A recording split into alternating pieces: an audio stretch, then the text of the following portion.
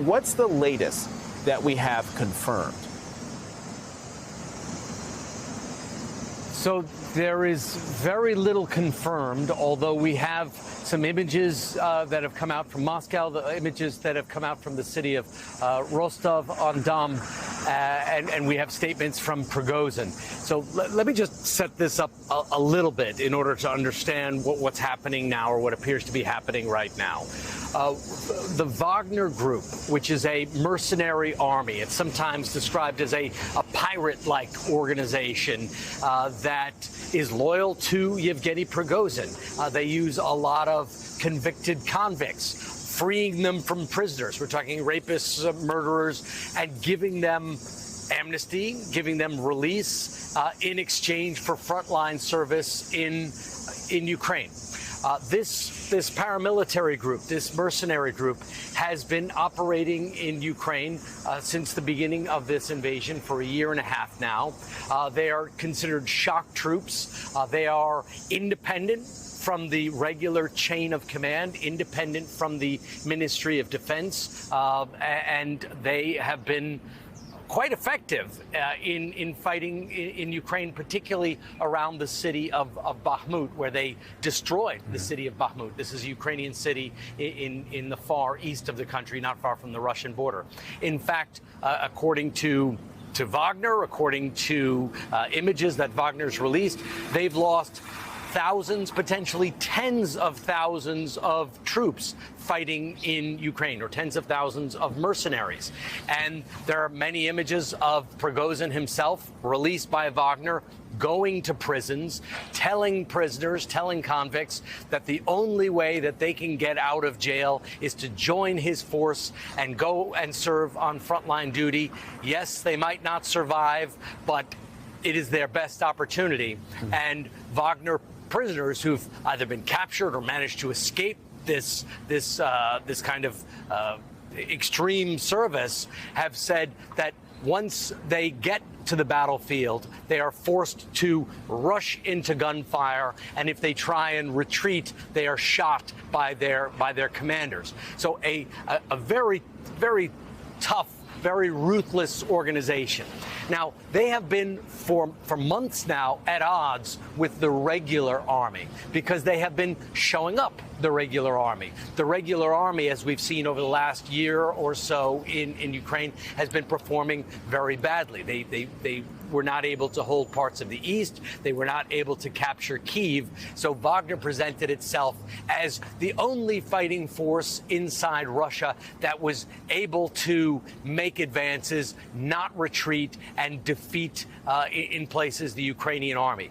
And this rivalry has been tense in the past, with Yevgeny Prigozhin deliberately accusing the army, deliberately accusing Defense Minister Shoigu of undercutting his forces, not giving them supplies, not giving them ammunition.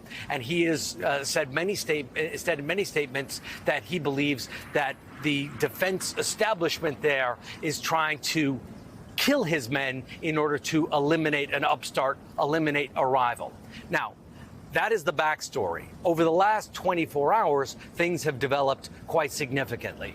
And according to Wagner, according to Prigozhin himself, he said that not just the defense minister, but also the army chief, Gerasimov, organized an attack against Wagner, tried to eliminate them, attacking their fixed positions in the forests inside Ukraine, attacking them with missiles, attacking them with helicopters.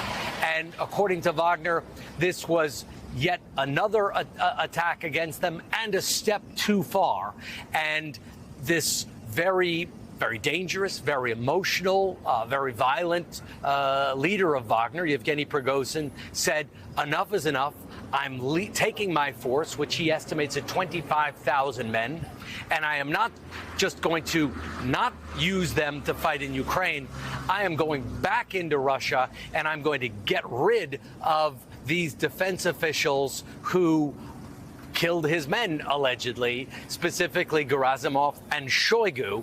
And he said he's going to march toward Rostov. Rostov is the city where the war in Ukraine is being organized from. It's the seat of the Southern Command, and to Moscow. So Russian troops, according to Russian accounts, have set up defensive positions in Moscow to prevent this rogue mercenary force from coming in and attacking the city, and setting up perimeter around the city of Rostov.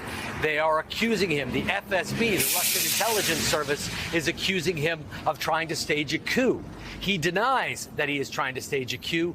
He says that this is merely an act of justice, that his men are going back to try and to eliminate the traitors within the Kremlin who are trying to undermine the war. And he said that the war itself is gone away from its initial aims, that the initial aim of the war was to pacify or denazify, to use Russian propaganda, the country. And he said it's not about that anymore. It is simply about these top levels in the top officials in the Ministry of Defense using this conflict in order to get more stars on their uniforms, to seek promotions, and to serve their interest. So we're talking about a potential open split that has been brewing for months now, but that has apparently escalated to a new level.